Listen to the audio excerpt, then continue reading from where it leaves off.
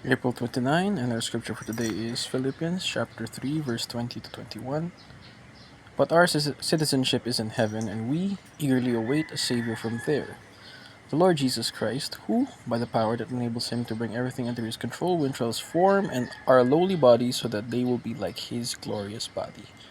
Maligayang araw sa ating lahat. Ako si Aaron Jan ng Lambangat at ako ang aking daily devotion at sa araw nito at yung tatalakayin natin sa araw na ito ay tungkol sa God glorifies the believers at ano ang glorification. Glorification is the final step in our salvation journey. No? It is not sanctification, it is not being justified, kundi glorification. So what does this mean? No? When Jesus returns, He will raise the bodies of all believers who have died and transform those who are still alive. Ibig sabihin nito, we will receive glorified bodies like Christ. So, no more pain, aging, sin, or death. This is our great hope, no? Ito yung pinakapag-asa natin na maliban sa full restoration of our being, or rather, the full restoration of our being returning to our original, babalik rin tayo sa original intent ng Panginoon at maliban din doon na we are glorified. What does this mean? Diba? Yung glorified is not, in the sense na pag sinabi natin glorify natin ang Diyos, ibig sabihin, pinaworship natin, pinapraise natin. Pag tayo naman ay kinaglorify ng Panginoon, or are glorified by God, it does not mean He is worshiping us.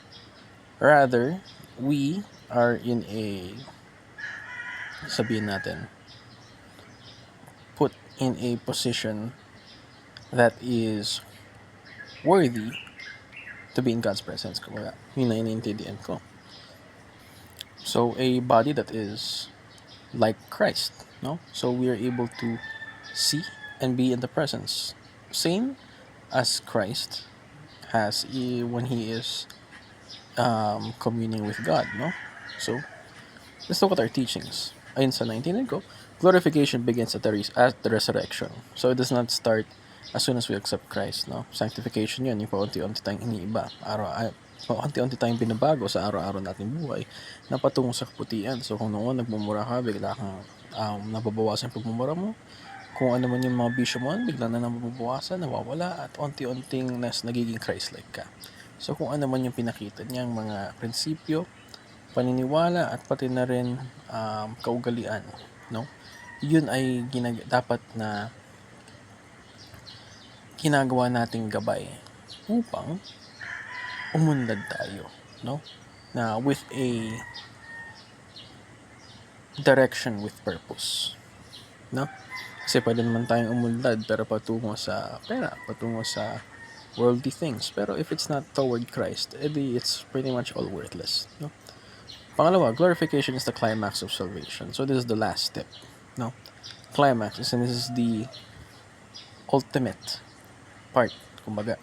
This is the pinaka maliban sa I wouldn't say game changing, may mas magandang word doon, pero you get it, the apex, the peak, pinaka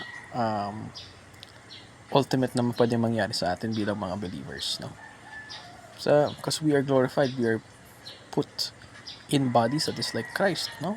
So, no more pain, no more aging, no more sin, no? So, kumbaga, isipin mo na namatay na para sa atin ang Panginoon. Kung ano man yung ginawa niyang kabutihan ay nakikita na yan ng Diyos sa atin, Diyos Ama. Maliban din doon, bibigyan na rin tayo ng katawan kagaya ng Panginoon. So, we are blessed to be glorified. Blessed to be given such an opportunity as well. Panghuli, glorification is being like Christ in glory, no? So, not just in body, but also in glory.